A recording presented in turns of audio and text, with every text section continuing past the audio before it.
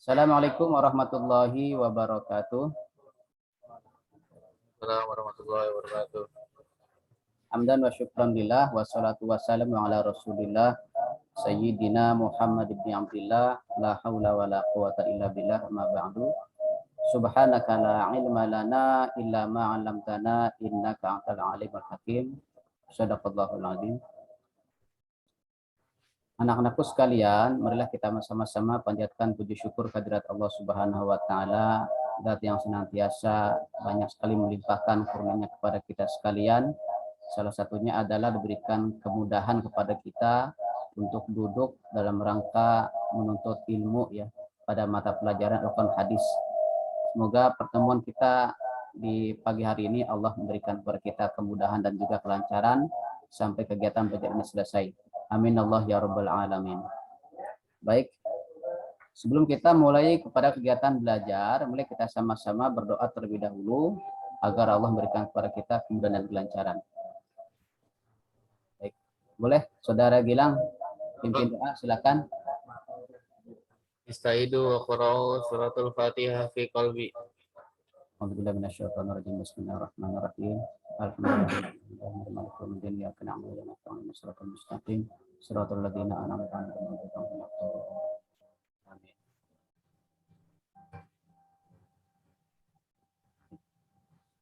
Baik, selesai. Alhamdulillah. Bapak akan absen terlebih dahulu ya. Siapa-siapa yang tidak hadir di pertemuan kita pada pagi hari ini. Oke, alhamdulillah Bapak lihat di grup WhatsApp semuanya hadir semua ya. Tidak ada yang tidak hadir. Berarti kita semuanya insya Allah bersemangat selalu dalam belajar di pertemuan kita kali ini. Baik, sedikit Bapak akan memberikan informasi. Sebenarnya Bapak ingin mengulas materi di pertemuan yang lalu, tapi dikarenakan ini pertemuan kita yang pertama, jadi tidak ada pembahasan materi yang telah lalu ya. Bapak sedikit akan informasikan bahwa insya Allah di pertemuan kita kali ini, kita akan masuki bab yang pertama. Nah, bab yang pertama ini kebetulan akan bahas tentang hakikat penciptaan manusia. Nah, kenapa bab ini perlu dibahas dan dirasa penting untuk diketahui? Karena kita perlu menyadari bahwa kita ini adalah makhluk. Makhluk yang telah Allah ciptakan dari sekian banyak makhluk-makhluk yang lain. Ya. Dan kita juga harus mengetahui hakikat penciptaan diri kita sebagai manusia. Sebagaimana satu keterangan kata ulama, man 'arafa nafsahu faqad 'arafa rabbahu. Barang siapa yang mengenal dirinya, maka dia akan mengenal siapa yang menciptakannya, siapa Allah. Oleh karena itu, semoga dengan kita lebih mengenal siapa diri kita dan kita lebih mengenal siapa Allah, ini menambah daripada keimanan kita kepada Allah Subhanahu wa taala, sehingga dengan iman kita bertambah, otomatis amal ibadah pun akan bertambah, akan meningkat. Ketika iman amal kita meningkat, maka otomatis Allah SWT akan banyak sekali memberikan kepada kita kebaikan-kebaikan. Ya. Semoga Allah SWT memberikan kepada kita kemudahan. Amin Allah ya rabbal alamin. Baik, selanjutnya saya akan memberikan pertanyaan kepada kalian terkait dengan materi kita di pertemuan kali ini. Barangkali kalian sudah tahu ya. Saudara Gilang, coba kalian kamu lihat di layar apa hakikat penciptaan manusia. Nah, apa yang kalian tahu tentang hakikat penciptaan manusia? Silakan. Jadi hakikat manusia diciptakan itu manusia sebagai makhluk yang sempurna di antara seluruh makhluk yang diciptakan oleh Allah Subhanahu wa taala, dan diciptakan bukan tanpa alasan. Allah SWT menciptakan manusia untuk menyembah Allah dan mengetahui kekuasaan Allah. Allah yang Maha menghidupkan dan Allah pun yang juga yang Maha mematikan. Ya, bagus. Ali, apa menurut kamu hakikat penciptaan manusia? Karena manusia diciptakan untuk beribadah kepada Allah, menyembah Allah, mentaati perintahnya dan menjauhi larangannya. Ya. Baik, cukup ya. Ini hanya sekedar sampel saja. Mari kita sama-sama melanjut kepada materi kita. Baik. Sebelum kita menginjak pada materi, kita harus pelajari dulu apa tujuan belajar ini dilaksanakan. Yang pertama, setelah pembelajaran pertemuan kali ini, siswa mampu menghafal ayat-ayat Al-Quran dan hadis-hadis Nabi Shallallahu Alaihi Wasallam yang berkaitan dengan materi hakikat penciptaan manusia. Yang kedua, siswa mampu menerjemahkan ayat-ayat Al-Quran dan hadis-hadis Nabi Shallallahu Alaihi Wasallam yang berkaitan dengan materi hakikat penciptaan manusia. Yang ketiga, bagaimana siswa mampu memahami ayat-ayat Al-Quran dan hadis-hadis Nabi Shallallahu Alaihi Wasallam yang berkaitan dengan materi hakikat penciptaan manusia. Yang keempat, terakhir, bagaimana siswa mampu mengamalkan nilai-nilai yang terkandung di dalam ayat-ayat Al-Quran dan hadis-hadis Nabi Shallallahu Alaihi Wasallam yang berkaitan dengan materi hakikat penciptaan manusia dengan dipraktekkan dalam bentuk perilaku dalam kehidupan kita sehari-hari. Bisa dipahami ya?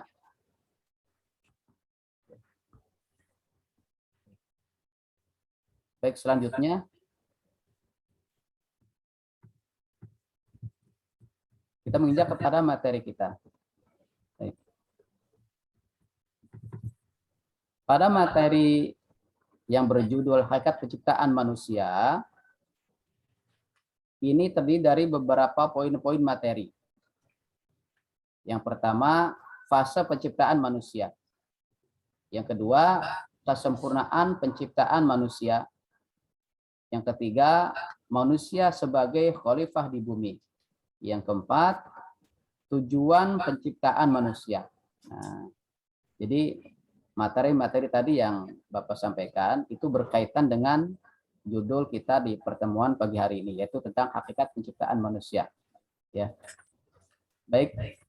Berhubung materi ini lumayan banyak, maka di pertemuan pagi hari ini Bapak akan membahas dua materi saja, yaitu fase penciptaan manusia, yaitu Quran Surat Al-Mu'minun ayat 12-14. Yang selanjutnya, kesempurnaan penciptaan manusia, Quran Surat An-Nahl ayat 78. Ya.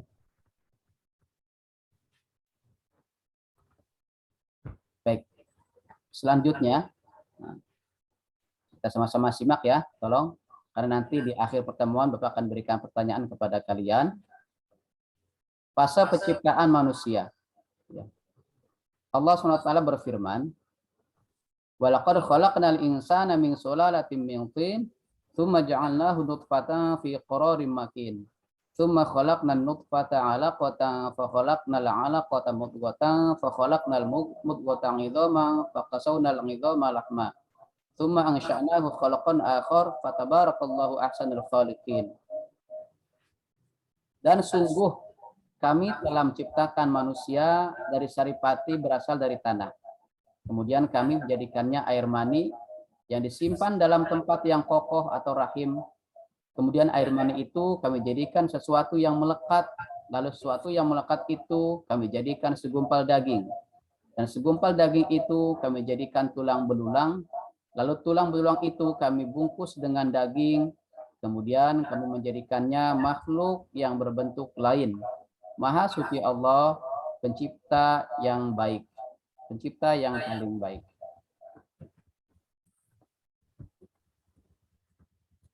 Mari kita sama-sama kaji tafsirnya.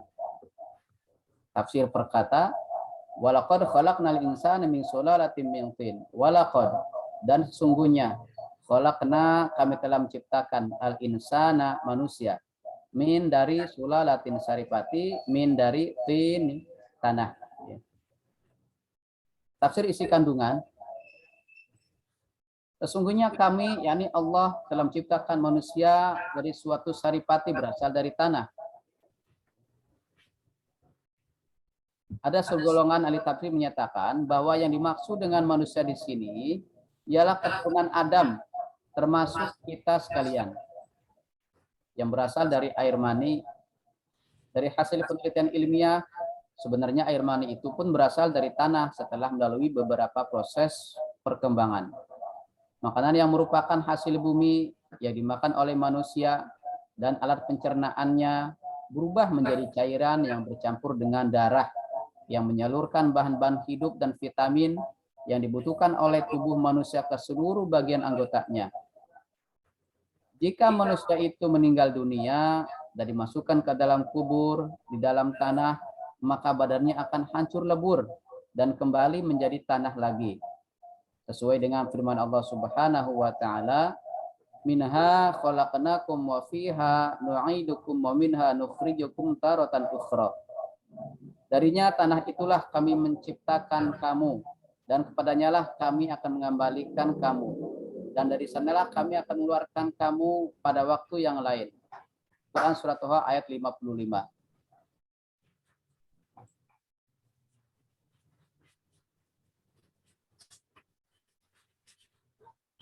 Baik, berikutnya.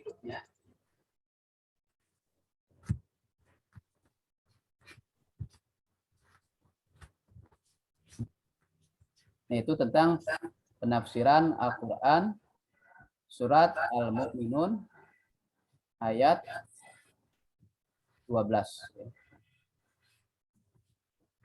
Kemudian Quran Surat Al-Mu'minun ayat 13, ini tafsir berkata, "Tsumma ja'alnahu nutfatan fi qararim makin." Tsumma kemudian ja'alnahu kami menjadikannya nutfatan air mani fi dalam qaror tempat makinin kuat atau kokoh. Tafsir isi kandungannya, kemudian kami, yakni Allah, tepatkan seripati air mani itu di dalam tulang rusuk sang suami yang dalam persetubuhan dengan istrinya. Ditumpahkan ke dalam rahimnya suatu tempat penyimpanan yang kokoh bagi janin sampai saat kelahirannya. Dan satu lagi, ayat 14. Ini lumayan agak banyak. Tafsir Quran Surat Al-Mu'minun ayat 14. Summa khalaqnan nutfata 'alaqatan fa khalaqnal 'alaqata mudghatan fa khalaqnal mudghata 'idhaman fa qasawnal 'idhama lahma. Summa ansha'nahu khalaqan akhar fatabarakallahu ahsanul khaliqin. Summa kemudian khalaqna kami ciptakan an-nutfatan air mani. 'Alaqatan segumpal darah fa khalaqna air kami menciptakan al-'alaqah segumpal darah. Mudghata segumpal daging fa khalaqna lalu kami ciptakan al-mudghatan segumpal daging idhaman tulang fasauna lalu kami bungkus al-idhama tulang itu lahman segumpal daging. Summa kemudian angsya'nahu kami tumbuhkan atau jadikan khalqan makhluk akhar yang lain. Fatabaraka maka maha besar atau maha suci Allahu Allah ahsanul khaliqin paling baik pencipta. Tafsir isi kandungan. Kemudian air mani itu kami jadikan segumpal darah. Darah kental lalu segumpal darah itu kami jadikan segumpal daging. Daging yang besarnya sekepal tangan. Dan segumpal daging itu kami jadikan tulang belulang. Lalu tulang belulang itu kami bungkus dengan daging menurut qiraat yang lain. Lafal al-idhaman dalam dua tempat tadi dibaca al-azman. Yakni dalam bentuk tunggal. Dan lafal khalaqna yang artinya menciptakan pada tiga tempat tadi bermakna syayyarna. Artinya kami jadikan kemudian kami jadikan dia sebagai makhluk yang lain. Yaitu dengan ditiupkan ruh ke dalam tubuhnya. Maka maha suci Allah pencipta yang paling baik, yakni sebaik-baik yang menciptakan. Sedangkan mumayyiz dari lafaz ahsan tidak disebutkan karena sudah dapat diketahui dengan sendirinya, yaitu lafaz khalqan. Baik, itulah tentang penafsiran Quran Surat Al-Mu'minun ayat 12 sampai 14 ya. Yakni tentang fase penciptaan manusia. Sampai sini bisa dipahami? Bilang bisa dipahami? Insyaallah, Pak. Insyaallah ya. Baik.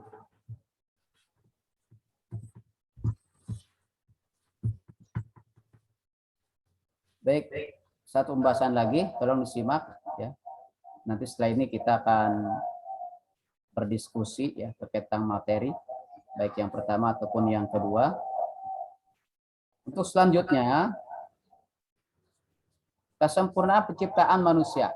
Nah, ini materi yang kedua adalah tentang kesempurnaan penciptaan manusia. Allah SWT berfirman, Bismillahirrahmanirrahim. Wallahu akhrajakum min butuni ummahatikum la ta'lamuna syai'an wa ja'ala lakumus sam'a wal absara wal afidah la'allakum tashkurun. Artinya, dan Allah mengeluarkan kamu dari perut ibumu dalam keadaan tidak mengetahui sesuatu pun, dan Dia memberi kamu pendengaran, penglihatan, dan hati agar kamu bersyukur. Quran Surat An-Nahl ayat 78. Baik, penafsiran berkata, Wallahu akhrajakum min butuni ummahatikum la ta'lamuna syai'an wa ja'ala lakumus sam'a wal absara wal afidah la'allakum tashkurun. Wallahu, dan Allah akhrajakum mengeluarkan kamu min butuni ummahatikum dari perut ibu-ibu kamu. La ta'lamuna, kalian tidak mengetahui syai'an sesuatu pun, wa ja'ala, dan Dia menjadikan lakum bagi kalian as-sam'a pendengaran, wal absara dan penglihatan, wal afidah dan hati, la'allakum tashkurun agar kalian bersyukur kepadanya. Tafsir isi kandungan. Tolong simak dengan baik. Dalam ayat ini, Allah SWT menjelaskan kegaiban dan keajaiban yang sangat dekat dengan manusia. Mereka mengetahui fase-fase pertumbuhan janin, tetapi tidak mengetahui bagaimana proses perkembangan janin yang terjadi dalam rahim, sehingga mencapai kesempurnaan. Sejak bertemunya sel sperma dan sel telur sampai menjadi manusia baru yang membawa sifat-sifat kedua orang tua dan luhurnya. Dalam proses kejadian ini terdapat rahasia hidup yang tersembunyi. Sesudah mencapai kesempurnaan, Allah mengeluarkan manusia dari rahim ibunya dalam keadaan tidak mengetahui apa-apa. Tetapi sewaktu masih dalam rahim, Allah menganugerahkan potensi, bakat, dan kemampuan seperti berpikir, berbahagia, mengindra, dan lain sebagainya pada diri manusia. Setelah manusia lahir dengan hidayah Allah SWT, segala potensi dan bakat itu berkembang. Akalnya dapat memikir tentang kebaikan dan kejahatan, kebenaran dan kesalahan, serta hak dan batil. Dengan pendengaran dan penglihatan yang telah berkembang itu, manusia mengenali dunia sekitarnya, mempertahankan hidupnya, dan mengadakan hubungan dengan sesama manusia. Dengan perantara akal dan indera, pengalaman dan pengetahuan manusia dari hari ke hari semakin bertambah dan berkembang. Semua itu merupakan rahmat dan anugerah Tuhan kepada manusia yang tidak terhingga. Oleh karena itu, seharusnya lah mereka bersyukur kepadanya, baik dengan cara beriman kepada keesaan Allah dan tidak menyekutukannya dengan yang lain maupun dengan mempergunakan segala nikmat Allah SWT untuk beribadah dan patuh kepadanya. Baik, itulah tentang materi kita yang kedua, yakni tentang penciptaan manusia, tentang kesempurnaan penciptaan manusia. Baik, selanjutnya sebagaimana tadi Bapak umumkan di awal, Bapak akan memberikan kepada kalian sebuah pertanyaan dengan metode diskusi ya. Silakan nanti kalian didiskusikan. Mari kita sama-sama simak pertanyaannya. Yang pertama, sudah siap belum? Siap ya? Jelaskan apa penciptaan manusia menurut Quran Surat Al-Mu'minun ayat 14. Selanjutnya, sebutkan pokok isi kandungan Surat An-Nahl ayat 78. Selanjutnya, sebutkan bukti rasa syukur manusia kepada Allah SWT yang telah menciptakan manusia dengan sebaik-baik bentuk dan yang dengan kemurahannya Allah SWT memberikan fasilitas hidup. Baik, coba segera bilang jawab pertanyaan yang pertama. Jelaskan tentang penciptaan manusia menurut Quran Surat Al-Mu'minun ayat 14 yang kamu ketahui. Jadi dalam Surat Al-Mu'minun ayat 14, tahapan manusia yang pertama itu pertama dari tetes air mani, lalu dijadikan segumpal darah, lalu dari segumpal darah tadi dijadikan lagi segumpal darah. Lalu dari segumpal darah itu dijadikan lagi segumpal daging. Dari segumpal daging itu maka dijadikan tulang belulang. Lalu tulang belulang itu tadi dibungkus lagi dengan daging. Kemudian dia atas Allah mau dijadikan makhluk yang bentuk yang lain. Kita ya Pak. Nah, bagus ya. Baik, yang kedua, Aditya, coba sebutkan pokok isi kandungan surat An-Nahl ayat 78.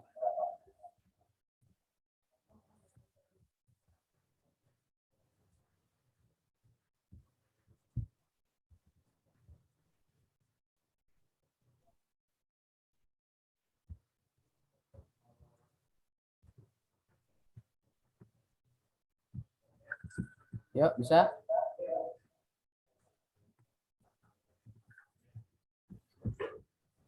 Baik, kembali ke awal. Saudara Gilang, Ya Pak. ya, coba kamu jawab kembali. Sebutkan pokok isi kandungan surat An-Nahl ayat 78.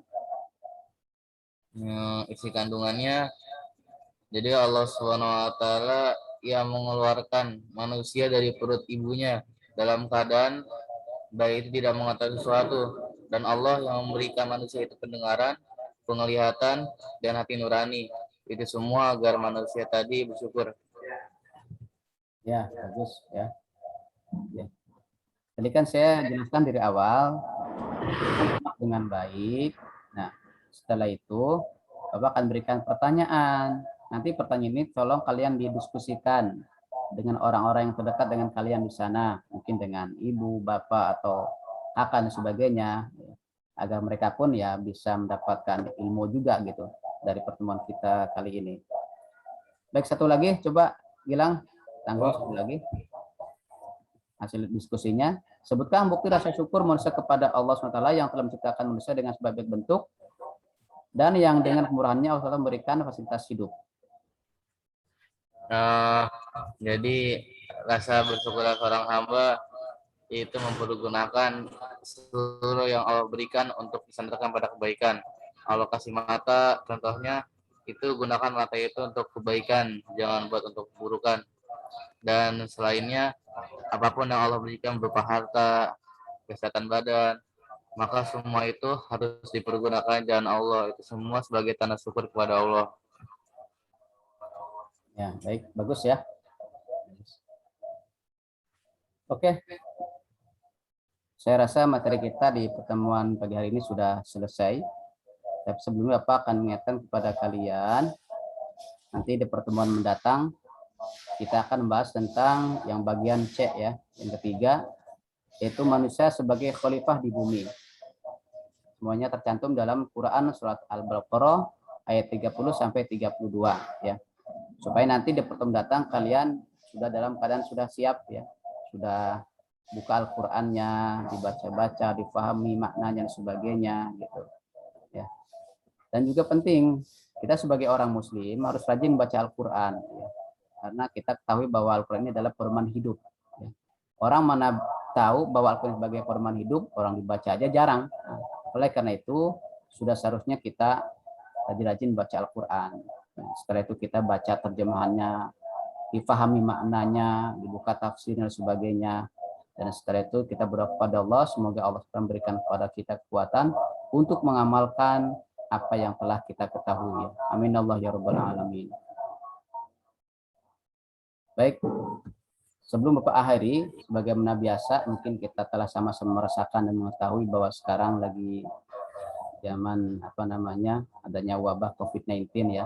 Bapak mengingatkan kepada kalian agar senantiasa jaga protokol kesehatan ya, jaga protokol kesehatan ya, seperti menjaga jarak, membatasi mobilitas sosial, memakai masker, cuci tangan, dan menjauhi kerumunan.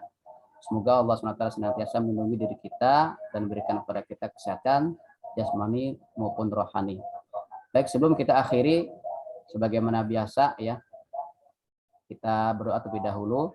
Silakan Gilang berdoa, pimpin. Iqra'u surat al-Fatihah, Iqra'u surat al-Asri. Bismillahirrahmanirrahim. Illal ladzina amanu wa amilus solihati wa tawassaw bil haqqi wa tawassaw bis sabr. Shadaqallahul adzim. Baik, terima kasih. Semoga Allah SWT memberikan kepada kita keberkahan dan kemudahan dalam menjalankan aktivitas kita masing-masing. Ya. Bapak akhiri dengan doa kifaratul majelis. Subhanakallahumma wa bihamdika asyhadu an la ilaha illa anta astaghfiruka wa atubu ilaik. Assalamualaikum warahmatullahi wabarakatuh.